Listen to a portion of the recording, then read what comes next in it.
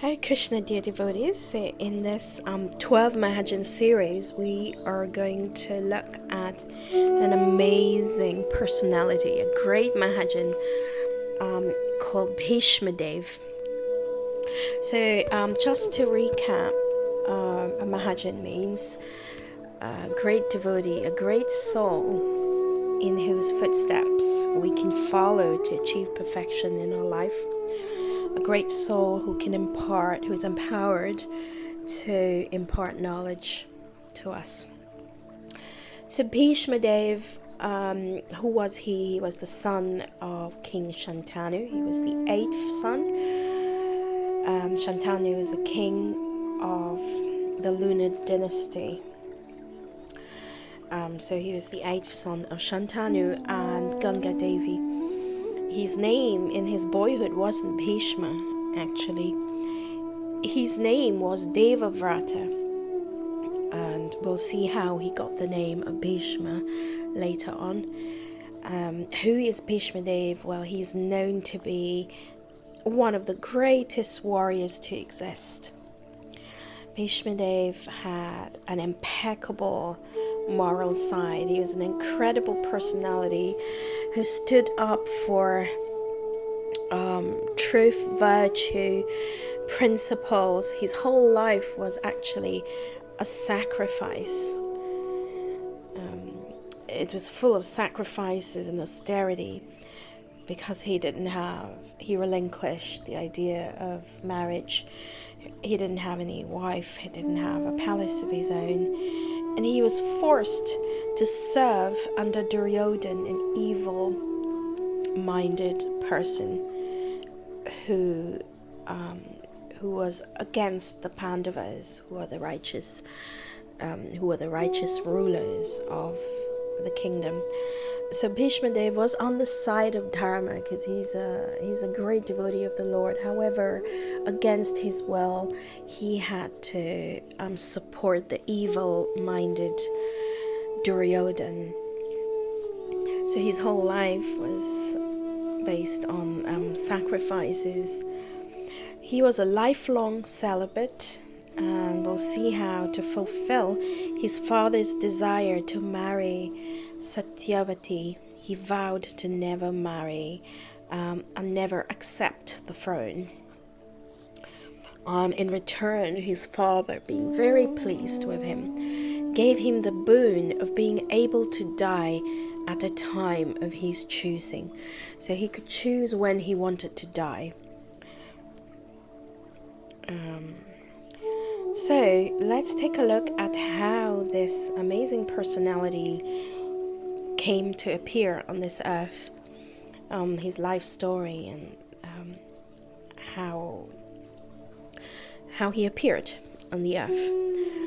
So it all begins with the time when actually there was a king called Mahajana. So King Mahajana, he was invited to a yajna in Brahmaloka. He was invited to a yajna in Brahmaloka, and all the demigods and great sages were there in that yajna. Now, as he sat by the fire, Ganga Devi came in, and she was extraordinarily beautiful. She sat right opposite to him in the fire yajna. And so King Abhishek gazed at her, and he felt something for her. He felt very attracted to her, and seeing the handsome King Abhishek, Ganga Devi also exchanged glances at him, and so they were glancing at each other. And during the yajna, and so Lord Brahma, who has 4 heads, saw this exchange, this lustful exchange, and he was not very, very pleased with that. So he cursed them to descend to this planet Earth because he said that was not, Brahmaloka was not the right place for these activities. And he cursed them to come down to this earth as humans.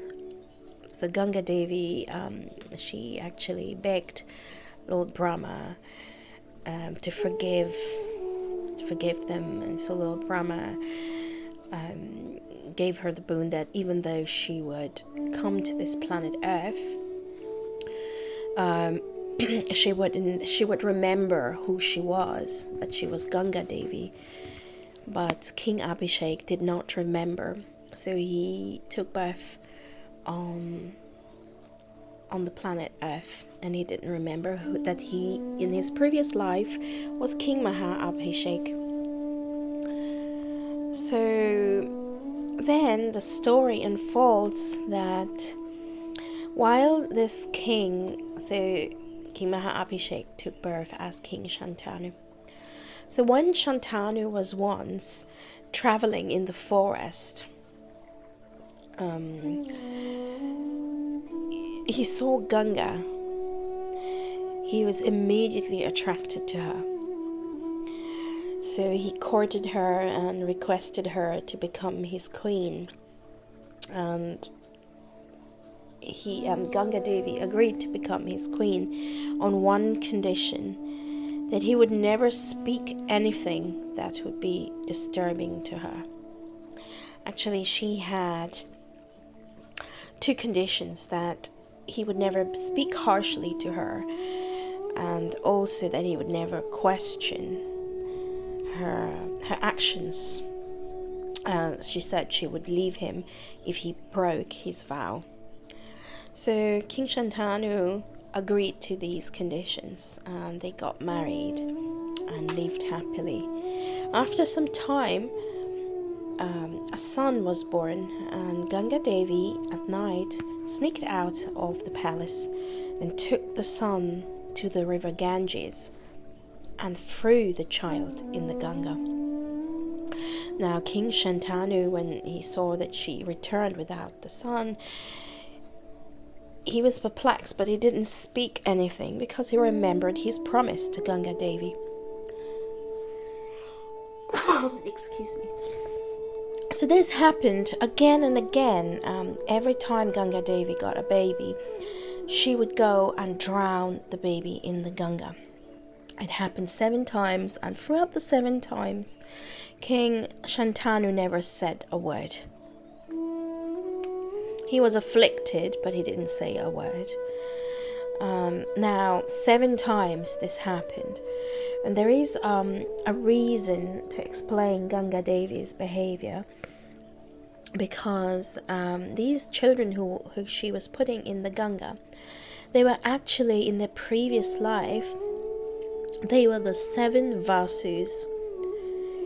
And when she was drowning them, they were actually going back to their demigod positions. So there is a reason. So actually what happened is, why did the Vasus take birth on this earth, is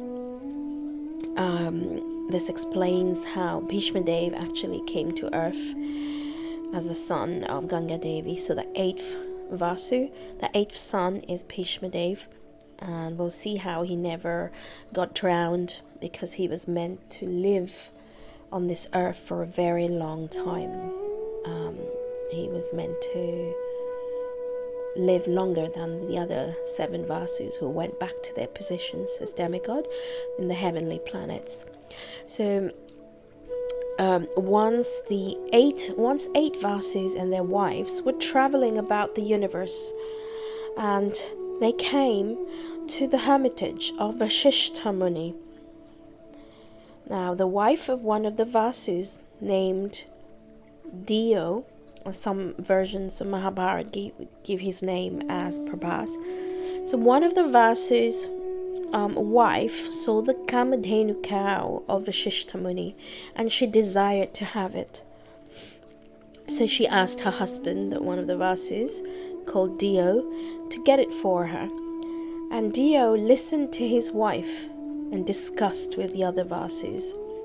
So they plotted to take Kamadhenu by force, and they did.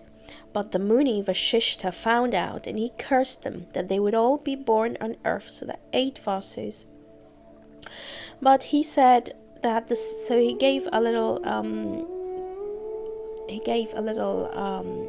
chance to the 7 Vasus who actually didn't really do the stealing. They weren't the ones to come up with this idea. So 7 of the Vasus who didn't actually do the stealing, the Muni said, would die soon after birth on this earth, and they would return to the heavens.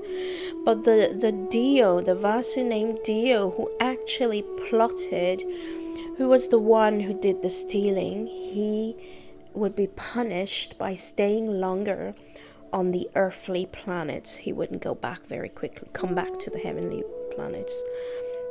But Vashishta Muni said he would exhibit the qualities of a great hero. And so the 7 Vasus, therefore, when they were drowned by Ganga Devi, she was actually doing them a favor, that they would then go back to the heavenly kingdom and have a very short life on this earth. And the 8th Vasu, however, what happened is, now let's go back to King Shantanu. He didn't understand what was going on because Ganga Devi did not reveal to him. So after the 7 children were drowned by Ganga Devi, King Shantanu couldn't take it any longer.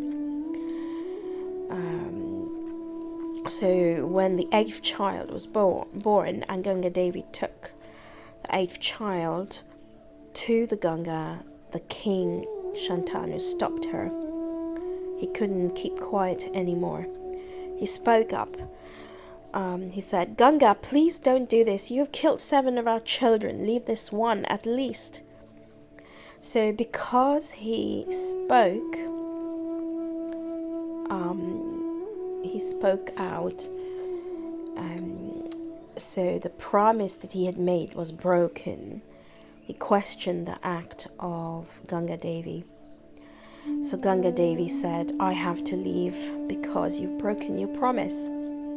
However, she did explain to him why she was doing it. And she told him, "I'm Ganga Devi, and that's the reason why I had to put these children in my own waters." Because she was Ganga herself, so she wasn't killing them as such. It's her own waters. So she explained everything, and it was agreed that it was best if she took the 8th child with her back to the heavenly planet, because it was better for the child. And now the child, the 8th Vasu, was called Devarata, and that's Bhishmadeva, whom we know. So she took him back to the heavenly planets, and Devarata was trained there by the demigods, and he even had Devarata was taught the Vedas and Puranas by Vashishta Muni, and he was even taught archery by one of the greatest fighter and archer guru, Parashuram himself. So we can imagine how what an amazing training Devarata got. So he was infallible, having been taught all of this by such elevated personalities. He was properly trained as a Kshatriya. And then what happened is, after all this training, 32 years later, Shantanu was again in the forest, and what happened is he was by the Ganga, and he saw all of a sudden that some personality was shooting arrows at the Ganga, and because of that the Ganga was changing her course and was flowing backwards. And he was very amazed, and he wanted to know, who is this personality who is forcing Ganga Devi to change her course?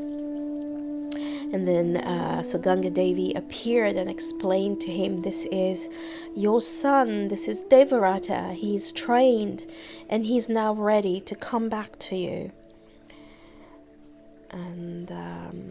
he's now ready to be there with you. So Ganga gave Devarata to King Shantanu, and she left back to the heavenly kingdom.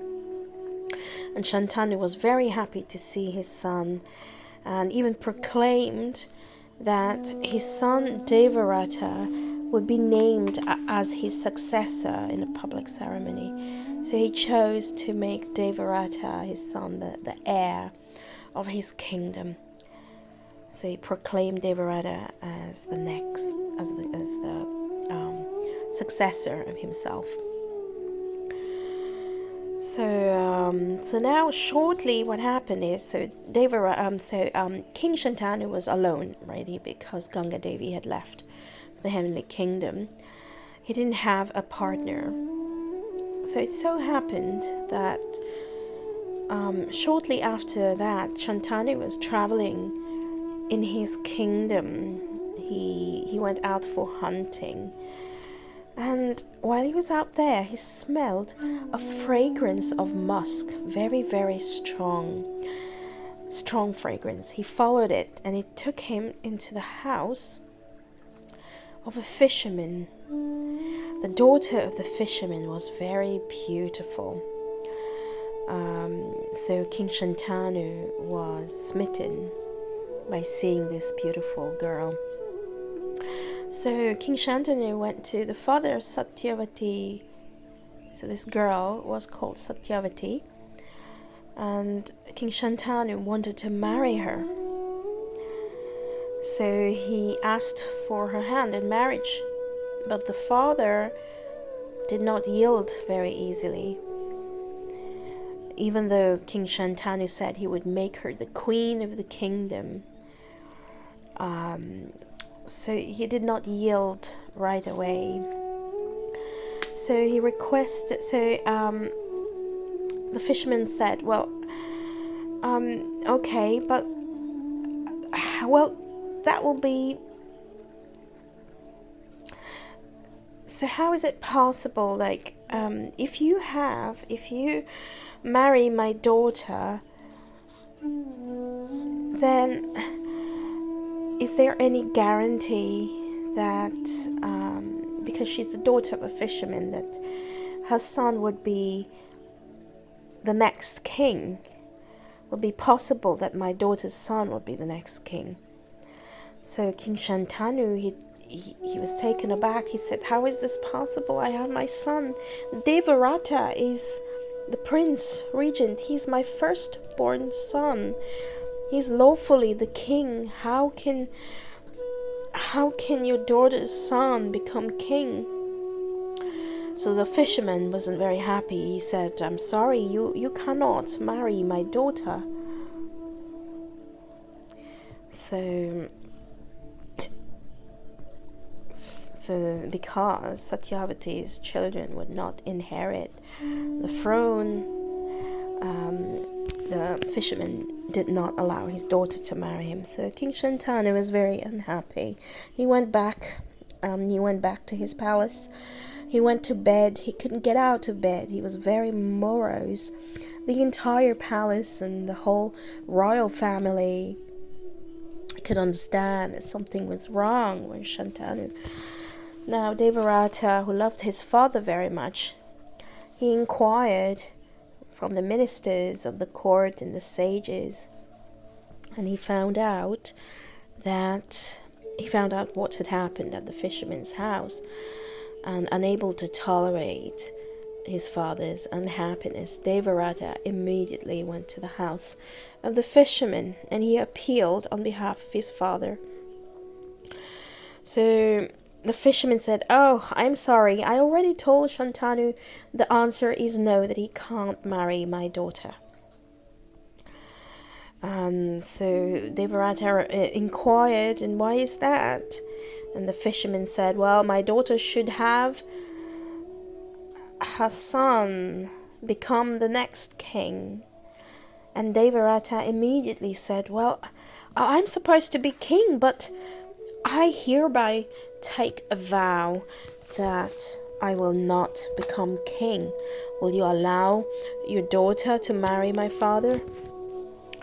So the fisherman thought for a moment, and he said, well, that is good, but that's not good enough. And he said, suppose you get married. Although you're not king, you have a son who is born first. That son will become the king, and my daughter's son will not become king. So Devarata, then he stood up and he said, okay, then I take a second vow. I will never become married. So the idea was, if he didn't get married, he didn't have any son, then Satyavati's son would become king. So he took this vow of never getting married. And the fisherman said, so first vow, just to remind ourselves, he vowed not to become king. And the second is not to get married, so he wouldn't get a son, so that son wouldn't become the king. So the fisherman said, okay, right now I will give you my daughter. Now the thing is, my daughter may have a son who will become king, but you're very powerful. And so he was worried that Bhishma might actually retaliate somehow. So Bhishma, then he vowed to offer loyal service and protection to whoever sat on the throne of his father. So the fisherman was very happy, and he gave his daughter to King Shantanu, so she became queen. So Bhishmadeva made all these incredible vows, and from that very moment, his name changed. He was not Devarata anymore. The demigods showered flowers from the sky, and there was a resounding sound. Bhishma, Bhishma. Because of Bhishma Pratigya, terrible oath. So because he took such strong vows, Devarata became Bhishma. So King Shantanu, when he heard the news, he was amazed. He was so happy and amazed that his son did all of this for him. So he gave the benediction we mentioned before to his son, that he will die only when he wants to. So he gave this benediction to his son, that he would die only. So we can understand King Shantanu was very powerful, that he could give a benediction like this to his son. So he took the oath of celibacy. So actually Satyavati now, Satyavati, who got married to King Shantanu, there is a story about her, who she was. So the Mahabharata actually describes as follows, that Satyavati, she was a heavenly damsel in the past. And she'd been cursed to leave the heavenly realms and take birth on earth as a fish, actually. So the celestial maiden became fish by curse, and so it goes on like that, and then she was born again as the daughter of a fisherman. So the daughter of the fisherman was called Matsya Gandhi, and she had a very bad fishy smell, which is why the father gave her the name Matsya Gandhi.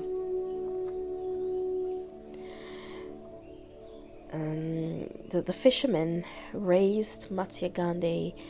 He was a very pious man, and he thought that one thing could benefit her daughter. If she was offering the service of a boat across the river, one day she could possibly get the blessing of some exalted sage. And indeed, he was right, because one day Parashara Muni was crossing the river, and he got in the boat of Matsya Gandhi, and he was doing an astrological calculation at that time on the boat, and he calculated that at that very moment of time, an incarnation of the personality of Godhead would appear. And in order not to lose the moment, not to lose that window of opportunity, that auspicious moment, he requested Matsya Gandhi to be the bearer of the child. He said he would be the father and she would be the mother. So Matsya Gandhi was shocked. She said, "How can I do that? I'm not even married." And Parashara Muni said, "Don't worry, this can be arranged in such a way that you will not lose your virginity." She said, so the Muni gave her the blessing that she wouldn't lose her virginity. And so she was surprised, and she said, "Well, if I'm carrying a child for 9 months, then everyone will see that." He reassured her, saying, "Don't worry, this child will be born in such a way that just after pregnancy, a mature child will be born. He will very quickly grow into an adult form." So then Matsya Gandhi said, "But we are in the middle of the river. Everyone can see in all directions." So he replied, "Don't worry. I will create an island and put a mystical fog all around. No one will be able to see." So she agreed, understanding there was a divine purpose in all of this. So Parashara conceived Vyasa in the womb of Matsya Gandhi. And when Vyasadeva, so the celebrated Srila Vyasadeva, who compiled the Vedas, the Srimad Bhagavatam, the Upanishads, and the Puranas, that great, and the Mahabharata as well. So when Vyasadeva appeared, he was born, the Muni departed from her, giving her benedictions for accepting the service. And one of them was that he said, "Your fishy smell will become very, very fragrant, like musk. You will become very beautiful. And your son, born of you after Vyas, will become king." So he gave her the benediction that her son would become the king. And she was very happy. And indeed, Srila Vyasadeva was born, and he grew up straight away, and he left her. Before leaving, he told his mother, Satyavati, "My dear mother, if you remember me at any point in time, I will come and assist you in whatever it is that you require." And we know later on in Mahabharata, she used that benediction. So Matsya Gandhi went home, and from that day onwards, she didn't have a fishy smell, and she narrated all that had happened to her father, and he accepted that. So that was a little story behind Satyavati. So now we come to the great war of Mahabharata and the great battle at Kurukshetra. So we know that there was a great battle between the members of the Kauravas, so the Kauravas and the Pandavas. So the Pandavas, the 5 Pandavas, they were meant to lawfully inherit the kingdom of Hastinapur, but the Duryodhan, followed by his brothers, they didn't want that to happen. So in order to get what was lawfully theirs, there had to be this war, the war of Mahabharata. And Bhishmadeva, since he had vowed to protect anyone who sat on the throne of his father, he vowed to give loyal service and protection. He was very much forced to be on the side of the evil Duryodhan, who didn't want to give any part of the kingdom to the Pandavas, the sons of King Pandu. So Bhishmadeva, because of his vow, had to be on the side, reluctantly on the side of the Kauravas. He had to fight on their side, having vowed to protect the city of Hastinapur from all threats and invasions. So Bhishmadeva was the supreme commander of the Kaurava forces in the great battle of Kurukshetra. And we know that Bhishmadeva, he always gave priority to Dharma, the righteous path. But despite wanting to be on the side of Dharma because of his vow, he had to follow the orders of the evil king Dhritarashtra. He was very upset, but he had to do this for the sake of his vow. He had to stand by his principles. He was sure that he must let Dharma win and the Pandavas win. But unfortunately, because he led the war and he stayed silent, these were, like, in a way, his sins that he had to pay for. Which we'll see later on how he pays for it. But in battle, Bhishma was unmatched in skill and strategy, and he held off the Pandava forces for 10 days.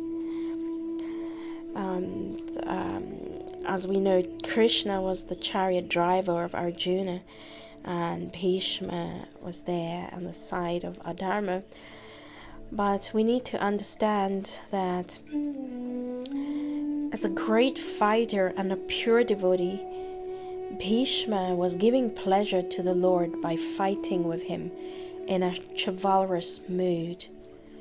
And he would be shooting arrows, and Krishna felt the piercing of Bhishmadeva's sharpened arrows, like a devotee worshipping him with soft rose.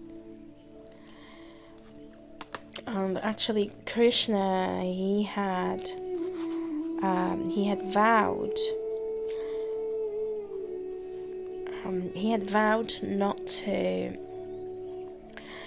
to fight in the battle of Kurukshetra, but Bhishmadeva forced Krishna to break his promise by the way he was attacking Arjuna in such a vigorous way.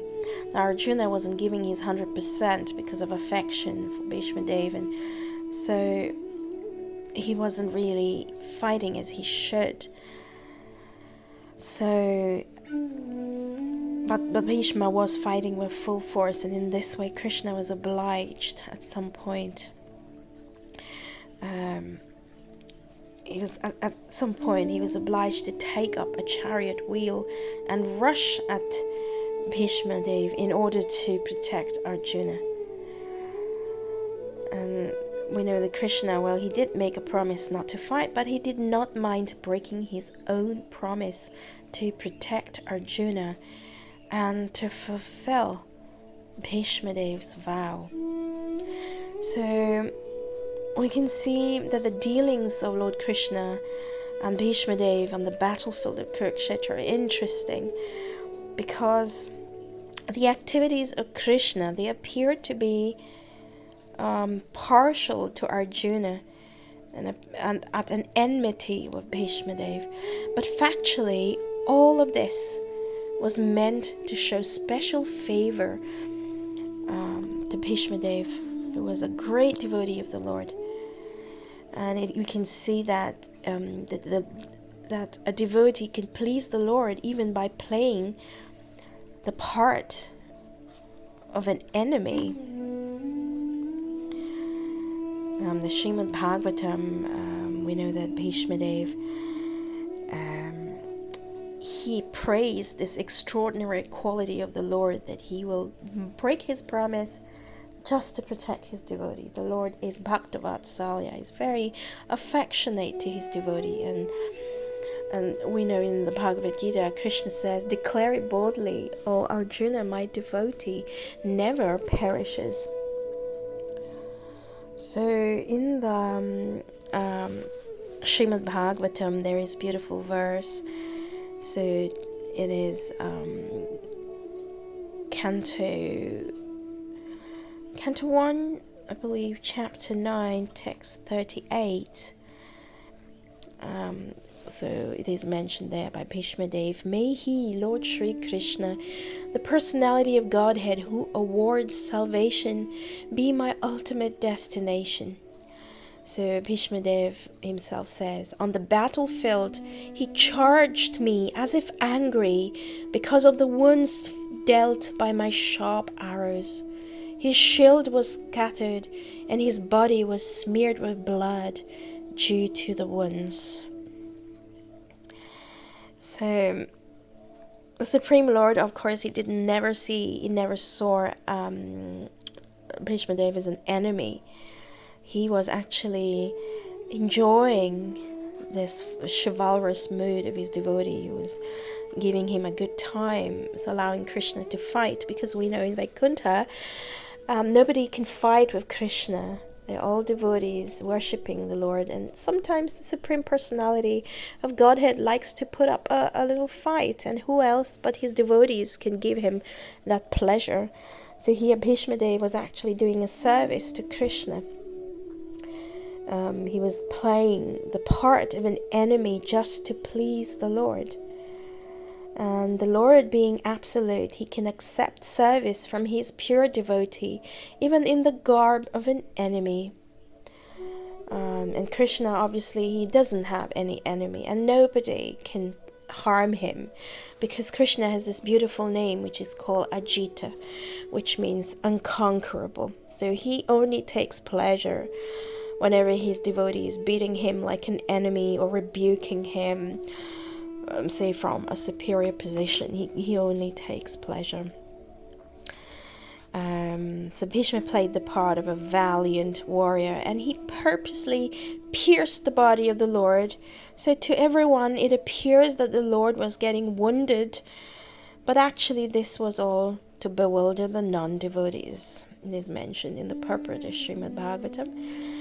The all-spiritual body of Krishna cannot be wounded, and the devotee can never be the enemy of the Lord. So Krishna actually could have killed Bhishmadeva without even moving. There was no need to come before Bhishmadeva with blood and wounds. So why did Krishna do this? He did so because the warrior devotee wanted to see the beautiful form of the Lord decorated with wounds. So this is a way of exchanging transcendental rasa relations between the Lord and the servitor. And by such dealings as this, both the devotee becomes glorified and the Lord as well. So the Lord here, he was so angry that we can see Arjuna is kind of grabbing his legs and begging him to stop, not to move towards Bhishmadeva. But in spite of this, we can see Krishna going towards Bhishmadeva without caring for hindrances. And apparently his determination was to kill Bhishmadeva, but factually he did this to please Bhishmadeva, because he was a great devotee of the Lord. And here Bhishmadeva was very happy to see this beautiful form of the Lord. So these kind of exchanges are quite interesting, and people who don't understand this will not appreciate all that's going on, this transcendental exchange. So even Bhishmadeva, he glorified this extraordinary quality of the Lord. So in Srimad Bhagavatam 1937. He says, fulfilling my desire and sacrificing his own promise, he got down from the chariot, took up its wheel and ran towards me hurriedly, just as a lion goes to kill an elephant. He even dropped his outer garment on the way. So that's very nice. So we know then that what happened is on the 10th day, so Bhishmadeva, he got tired of all of this war, and so on the 10th day, the Pandava prince Arjuna, aided by Shikandi, who was a reincarnation of Amber, incapacitated Bhishmadeva with a volley of arrows, and so he was then lying on a bed of arrows. So we know that was Bhishmadeva wanted to, he got tired and he wanted to stop. So at last he fell, wounded by so many arrows. So he was pierced all over with arrows, as we can see, and such that his body did not even touch the ground, which is a very, very horrendous scene. So he lay there on the bed of arrows. He actually lay there. He spent 51 days in this state, and during that time, he gave counsel to the Pandavas. Bhishmadeva performed the affectionate duties of a father in his capacity as the grandfather of the Pandavas. So Bhishmadeva was actually partial to the Pandavas compared to the Kauravas. He already knew that the Pandavas were victorious. So he gave deep and meaningful instructions to Yudhishthira on the duties of a king. He imparted the Vishnu Sahasranam to Yudhishthira, and he shared his vast knowledge of dharma, the duties of a king. He shared to Yudhishthira all of this.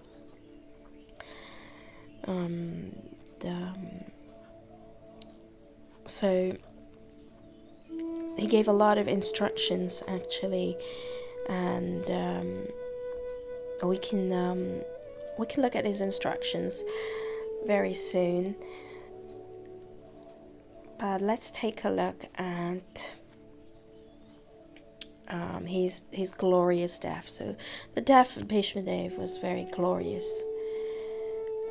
And on hearing that Bhishmadeva had decided to quit his body, so actually he gave up fighting. He desired to die at the right moment because he had the capacity, he had the benediction to choose when to die. So he waited for a very auspicious moment to give up his body on the arrow bed. He waited for about 58 nights. He waited for the auspicious time, the first day of Uttarayana, to give up his body on the arrow. He wanted to see the beautiful lotus face of Krishna also upon his departure. So when he was lying there on the arrow, on the bed of arrows, the Pandavas, accompanied by Lord Krishna, the great sages, purified souls like Narada, Vyasa, Shukadeva Goswami, Parashuram, Vasishtha Muni, Gautama Muni, Atri Muni, Kashyapa, Angira, many others, followed by their disciples, assembled on the scene. Even the demigods came, the Brahmins and kings. And this shows that Bhishmadeva was such a great personality that all these people came. It was a sign of their great respect and admiration towards Bhishmadeva. a pure devotee of Lord Krishna. So the passing of Bhishma was actually personally arranged by Krishna for the pleasure of Bhishmadeva, just to exchange love with his devotees. He wanted King Yudhishthira to receive instructions from a great authority like Bhishma. So during the time when Bhishma was lying on the arrows, he was able to do all of this as per the wish of Krishna. But then it was time for him to leave. So he decided to, after the Pandavas won the battle, Bhishmadeva finally felt very peaceful, and he wanted to leave his body. So looking into the lotus-like face of Lord Krishna in his transcendental feature as Partha Sharati, so the chariot driver of Arjuna. And Krishna, knowing the desire of his devotee, personally came so that he would be able to give up his body as per his desires. So Krishna by coming, he wanted to demonstrate to Bhishma and to the world his love and affection for him. And so Bhishmadeva then merged himself in the Lord with his mind, his speech, his sight and actions. So meditating on the beautiful vision of Krishna, he quit his material body and consequently entered the spiritual realm in one of the Vaikuntha planets, where the Lord in his eternal form of Partha Sarati resides. And this shows his unflinching faith and devotion to Lord Krishna, which we know is the highest perfection of life. So Bhishma therefore attained Vaikuntha, and we know that all his life, for the sake of Krishna, he carried out a lot of sacrifices. Finally, he departed. So the perfection actually achieved by Bhishmadeva at the time of death can be attained even if Lord Krishna is not personally present. So any one of us can attain such a glorious death if at the time of our dying we can chant the Hare Krishna, hear narrations about Krishna, or even see a beautiful picture of the Lord. We can also meditate in Krishna and leave this world in a glorious way like Bhishmadeva did. We can attain this stage. So Krishna says in the Bhagavad Gita in verse 8.6, Yam yam vapi smaran bhavam tyajatyante kalevaram tam tam evaiti kaunteya sadatad bhava bhavitaha. Whatever state of consciousness one is at the time of death, that state he will attain without fail. So if we make our consciousness, if throughout our life we have prepared our consciousness, we're in Krishna consciousness, we've trained ourselves to always think of Krishna at every moment, chant his holy names, and at the time of our death we will be, by thinking of Krishna, be transferred to the spiritual planet. So a few instructions. So we know Bhishmadeva is a great Mahajana. We've looked at his life and his actions. So what kind of instructions did Bhishmadeva give to Yudhishthira? Well, we can take a little look. So Srimad Bhagavatam 1.9.27, for example, Bhishma instructs King Yudhishthira in the following dharma. he tells him about Dana Dharma, so acts of charity, Raja Dharma, duties of a king, Moksha Dharma, duties for salvation, Sri Dharma, duties for women, and Bhagavat Dharma, or pure devotional service to the Lord. So, so we see that Bhishma did not limit his discussion to Bhagavat Dharma only, pure devotional service, because Maharaja Yudhishthira was acting as a king.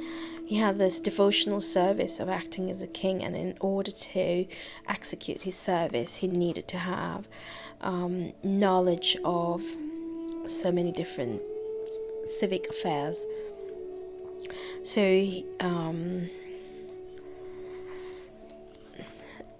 explained, so in Srimad Bhagavatam 1:9 to 27 to 28, the translation goes, so Bhishmadeva, he explained by divisions, acts of charity, the pragmatic activities of a king and activities for salvation. Then he described the duties of women and devotees, both briefly and extensively.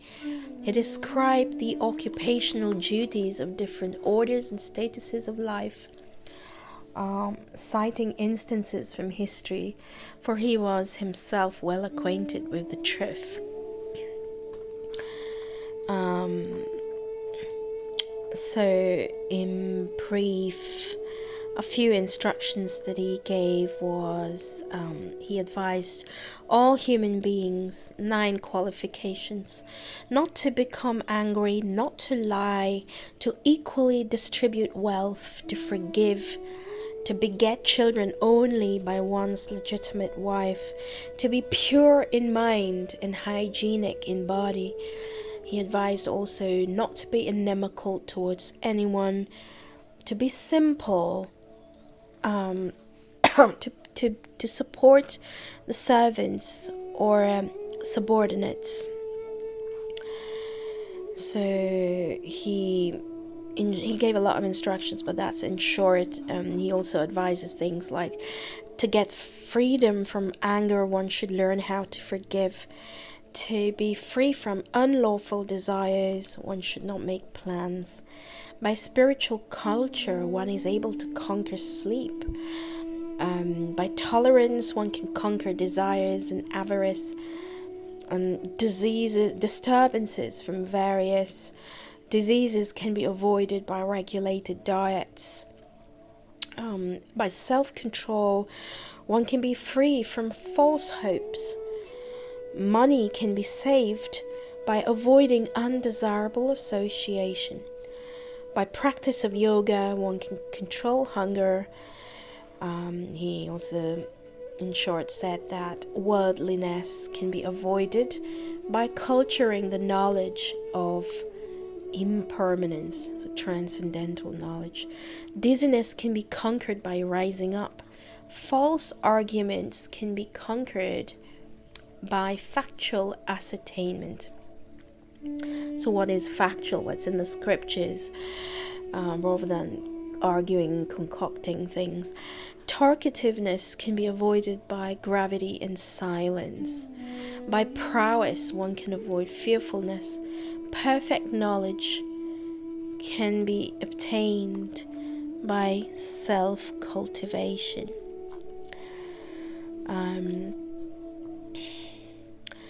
So that's in short. So a few things, for example, as far as the women class are concerned, he said they are accepted as a power of inspiration for men. As such, women are more powerful than men. We know that mighty Julius Caesar was controlled by Cleopatra. So powerful women are controlled by shyness. Therefore, shyness is important for women. If this shyness is not there, women can create havoc in society.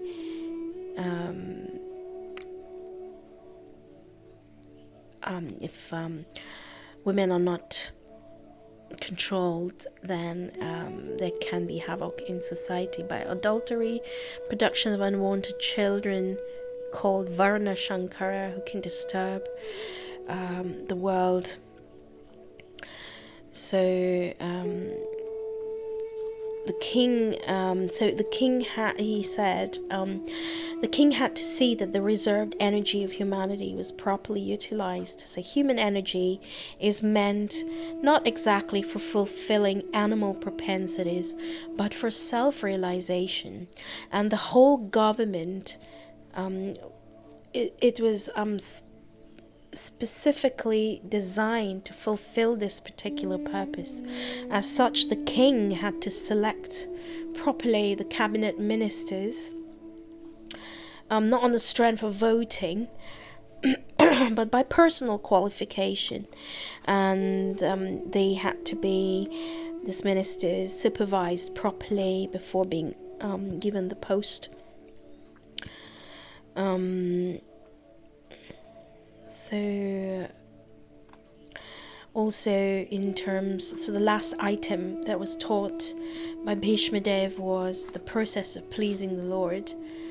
So we're all eternal servants of the Lord, and when we forget this essential part of our nature, we're put into material conditions of life. So the simple process of pleasing the Lord for the householders especially is to install the deity of the Lord at home. By concentrating on the deity, one may progressively go on with the daily routine work, worshipping the deity at home, serving the devotee, hearing the Srimad Bhagavatam, residing in a holy place, and chanting the holy name of the Lord. They are all inexpensive items by which one can please the Lord. So this subject matter was taught by grandfather Bhishma to his grandchildren, to the Pandavas.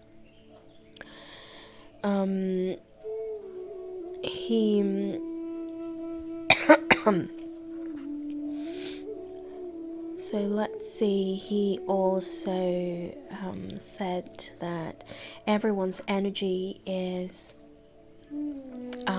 borrowed from the reservoir of energy of the Lord. Therefore, the actions of such energy must be given to the Lord in the shape of transcendental loving service for the Lord.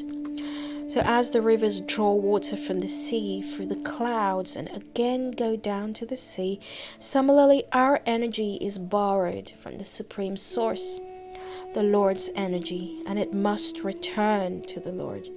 And that is the perfection of our energy. So we know that Krishna says in the Bhagavad Gita 9:27 that whatever we do, whatever we undergo as penance, whatever we sacrifice, whatever we eat, or whatever we give in charity must be offered to Him. And when our energy is utilized in that way, it's purified from contamination, material inebriaties, and we become fit for our original natural life of service to the Lord.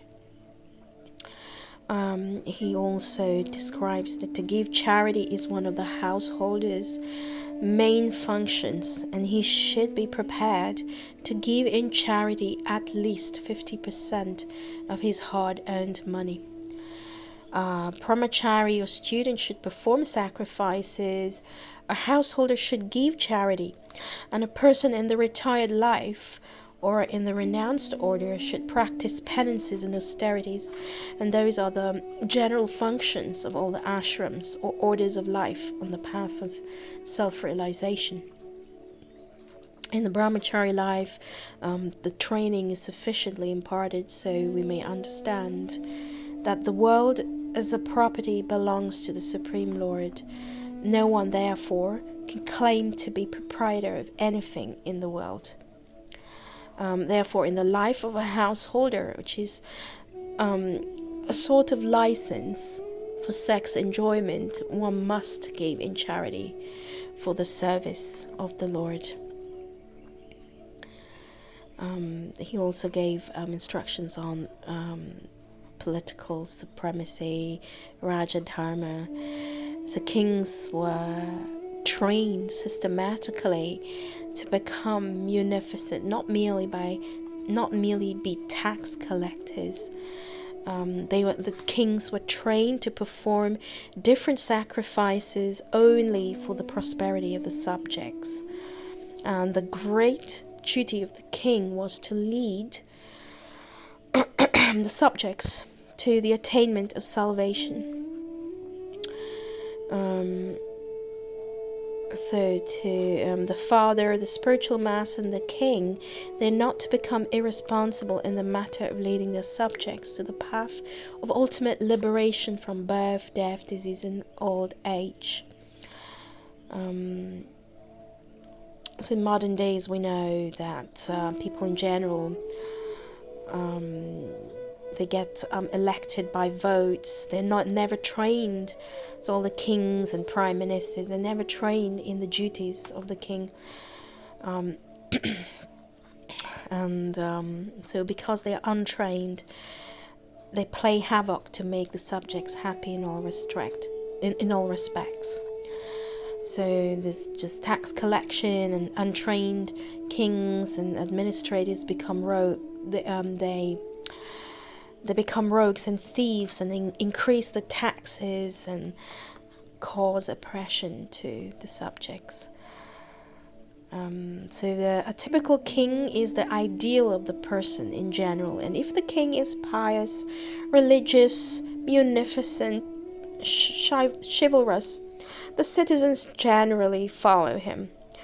And such a king is not a lazy, sensuous person living at the cost of the subjects, but very alert, always to kill dacoits and thieves. The pious kings were not merciful to thieves in the name of ahimsa, nonsensical non-violence. The thieves and the dacoits were punished in an exemplary way, so that in the future no one would dare commit such nuisances in an organized form. So there's a lot that is taught by Bhishmadeva, but that is just a little bit just for us to understand some instructions of Bhishmadeva that he gave to the Pandavas. So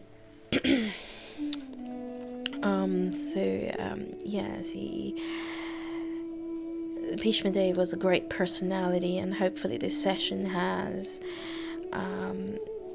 touched upon some of his amazing glories and qualities and instructions. Shri Bhishmadeva ki jai, Shri Panchatattva ki jai, Srila Prabhupada ki jai. Hare Krishna Krishna Krishna, Hare Hare, Hare Ram Ram Ram Hare